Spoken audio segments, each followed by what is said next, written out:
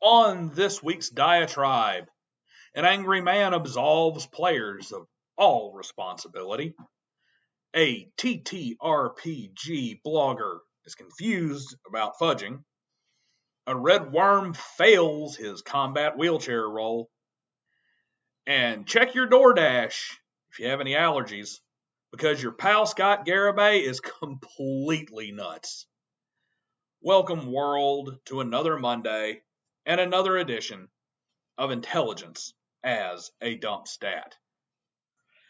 Hello, everyone. I hope you all had a blessed Easter and a relaxing weekend of peace and reflection.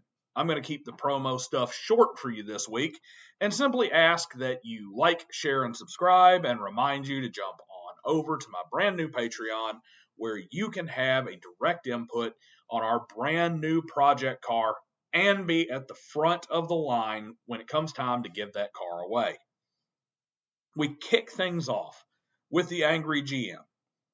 This dude has had a busy week on X with takes both good and bad, but what landed him here this time is a post that said outside of the minimum inherent social obligations that a TTRPG player's only responsibility is to show up and play, and that if you demand anything more, you're a bad GM and you should feel bad about that. This is a visit to the Titanic in a septic tank submarine level of stupid. It also happens to be part and parcel of the attitude that's destroying tabletop role-playing games, most notably Dungeons & Dragons. The complete obsession with catering exclusively to the individual players as if the GM is some kind of AI accessory that comes with the book instead of another player who has already agreed to bear the burden of responsibility for setting the stage for an enjoyable experience. Setting aside those normal human social obligations like showing up on time, paying attention to scheduling messages, not being a prick, continuing to, contribute to potluck snacks and being an active participant, the non-GM players still have a responsibility related to the game that is other than show up and play. This is not the only one, but I will cover the most obvious of these responsibilities for the sake of time. Players have an obligation to read, study, and understand the rules related to their characters and how their character interacts with the game world, both mechanically and from a roleplay perspective. Yes, you are expected to have your spells read and researched, at least to the degree that you know what they can and can't explicitly do. You are responsible for knowing what bonuses your cybernetic spine grants to your character. Beyond simple, this ability does this concerns, you are expected to understand the rules around the in-game play style that you have selected for your character. Yes, that means if you chose to play a fighter who specializes in disarming opponents, you don't stop at calculating all the bonuses you get to disarm and listing all the cool extras you get from success. You also need to dig into the rules on how disarm attempts work in the system that you're playing. This is especially true if you're playing in a crunchier system such as Dungeons & Dragons 3.5, Shadowrun, or Rollmaster. The Game Master already has a tremendous amount of bandwidth dedicated to the simple running of the system and having a surface familiarity with each of the 3 to 5 player characters at the table. So when it comes to specifics and edge cases, the player should at the bare minimum know what section of the book to find the breakdown of how their ability functions. Aside from the Game Master, it is insanely rude to every other player at the table when your turn comes up and you have no clue how your spell works other than, it's called Fireball. I don't know my DC save and doesn't even have one. Angry GM, this is bad, and you should feel bad for posting it. The next float in this parade of room temperature IQs is from tabletop role-playing game blogger Eric Diaz and a moronic take on die fudging. Story games do not encounter or encourage dice fudging. People that fudge dice in D&D aren't story gamers, they're just confused. So are the people who call them story gamers, or hate these games because of the fudging. Well, I guess that means that Gary Gygax is confused because he explicitly condoned dice fudging on more than one occasion, largely because he understood the nuances of his game and that there would be situations where the overall enjoyment of the game would be at odds with the random results of the die roll. More so than anything, however, Mr. Diaz is simply incorrect regarding it being a story gaming element. Here's the truth of the matter. If you are playing a TTRPG as a simulationist exercise or in a manner where the enjoyment is largely found in trying to exploit the abstractions inherent in these games to the best advantage, i.e. power gaming, then dice fudging doesn't have a place. Dice fudging really only has a place in a narrative play where the enjoyment of the game is found collectively crafting a story of epic adventure, dark survival, and, as was stated by George R.R. Tolkien in his epic rap battle against George R.R. Martin, yes, it's true to life for characters to die randomly. But newsflash, the genre is called fantasy. It's meant to be unrealistic, you myopic manatee. Even so, Gary Gygax also acknowledged that it has a place in adventure gaming as well, when plain bad luck shouldn't result in the death of a long-developed and beloved character. That's right, plain bad luck should not kill off your long-term character. This dice fudging argument is stupid on its face, and it definitely has a place in the hobby. But the worst part of this take has to be the idiotic notion that it doesn't have much deeper roots in narrative play and that it has no place in any other type of play. In our penultimate bout of imbecilic commentary, we have Redworm, best known as a guy who has pronouns in his bio and posts the thoughts of his 8-year-old son online like there's some grand dungeon master wisdom there. His highlighted comment comes from the evening as a grand example of trying to make a point to support something idiotic and failing miserably. Quote, player, magical healing exists. Why is he disabled? Me. Your character wears an eye patch and took a hit from a bugbear's axe that left a nasty scar and took out his left eye. Player. Oh yeah. Unquote. This is some of the postmodern idiotic inclusion culture BS that led us to the wheelchair accessible dungeon, and it doesn't even support that point that he's making. First, let's assume that these are all first level characters. The existence of a disability is not what's in question here. After all, to restore a missing limb is beyond the abilities of a first level cleric and likely well beyond the resources of a first, second, or third level character to acquire.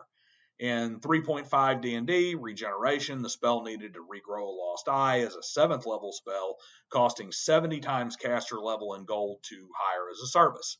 Provided you can find a 13th level cleric to cast a spell for you, you're looking at 910 gold to have it cast, which is a third of the total character wealth of a third level character, 75% of which should be taken up by gear and hard goods. So sure, disabilities will exist.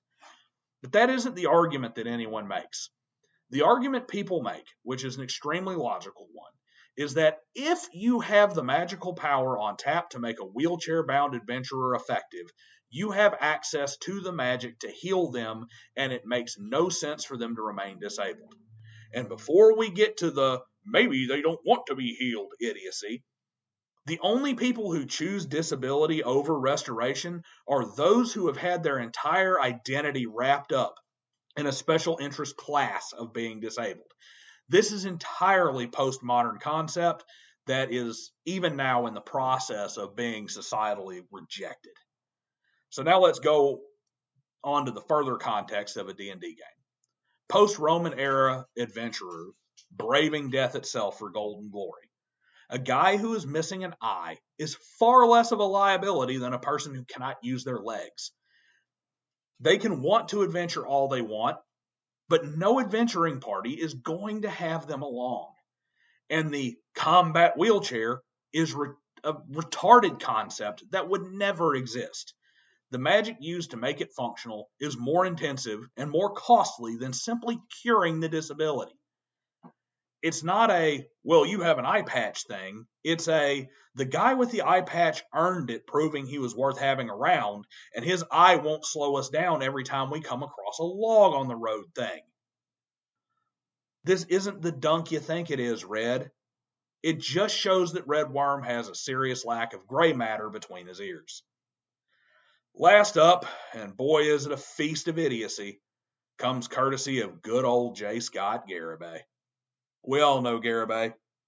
He has the kind of mindless, slavish devotion to Dungeons and Dragons that one has to assume that he was locked in a closet with only a set of dice and core rule books for a company, at least until the SWAT team found him and turned him over to Child Protective Services. It's weird.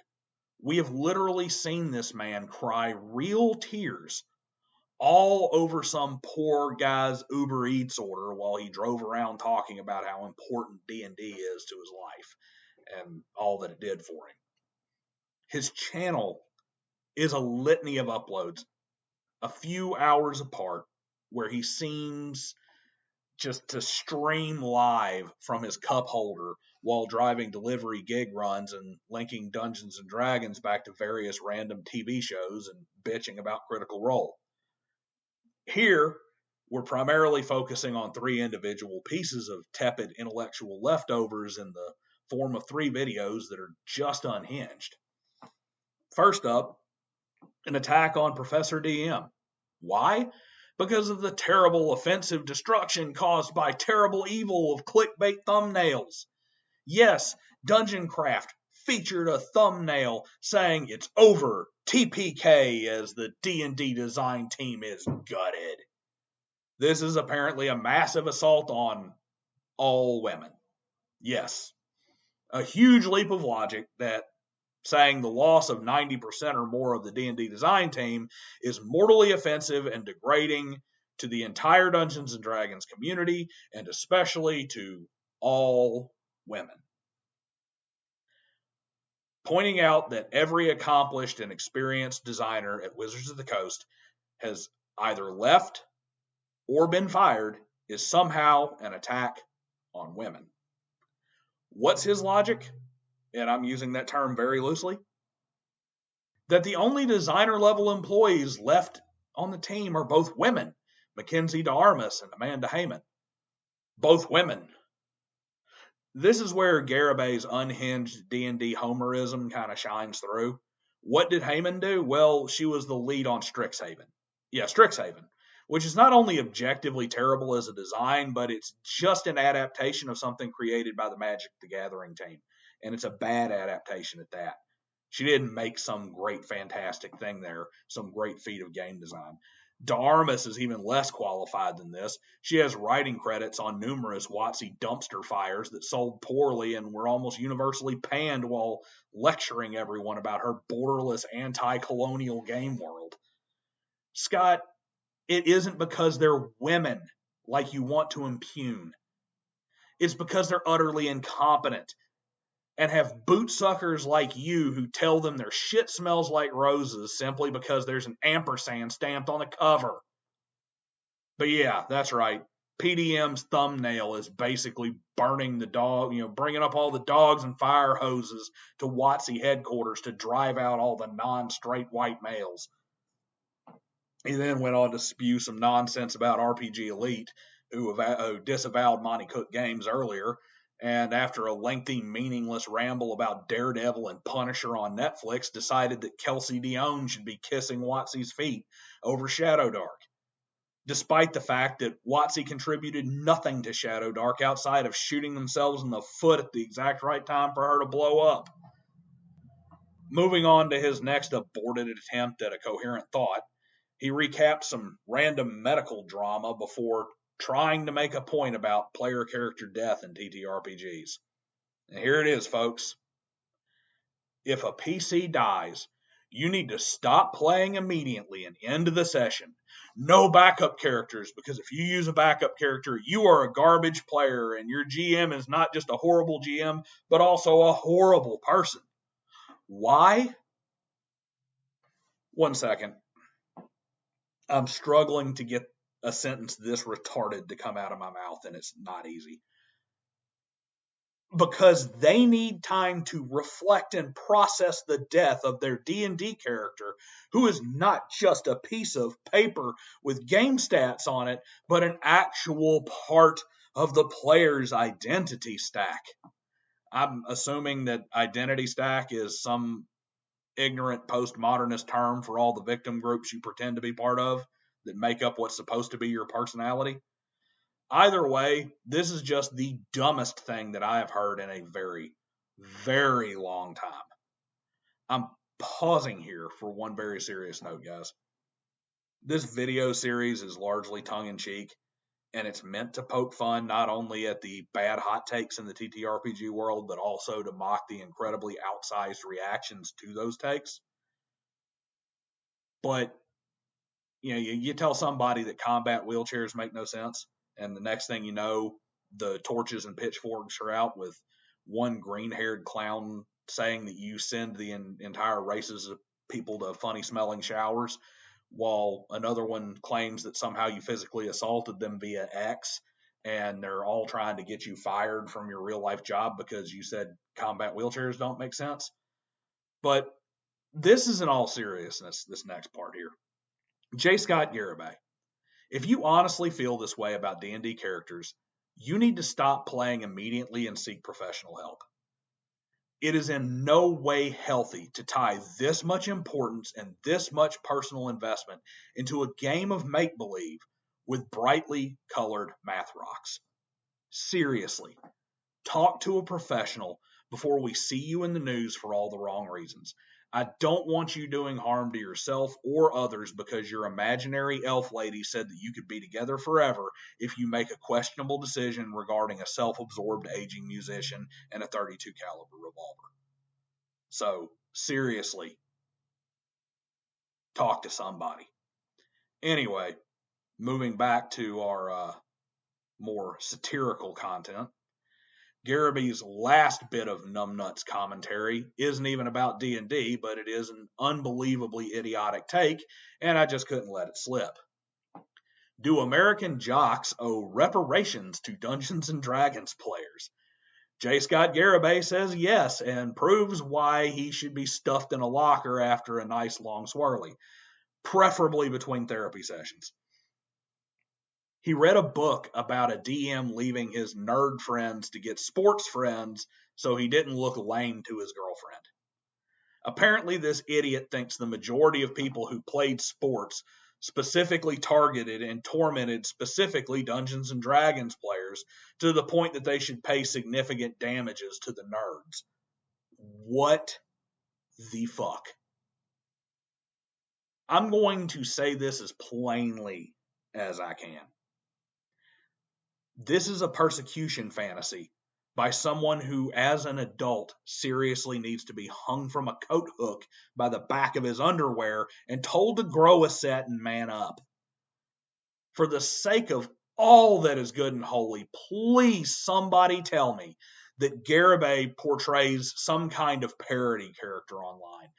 This level of stupidity and delusion cannot be real. No one can be both functional in real life and this delusional. $10,000 to every single person who played D&D or was in the band in high school from every person who played sports. Is Garibay trolling us? I think he has to be. Because the only other option is that he used intelligence as a dump stat and it was a flat 3 on a half-orc character. Congrats, Scott. Oozes are scratching their head and posting the laughing J. Jonah Jameson meme on your feed. That's it for this week. I'm going to a Cirque du Soleil show to see if there's another human being who can get their head that far up their own ass. And I'll see you guys on the next one.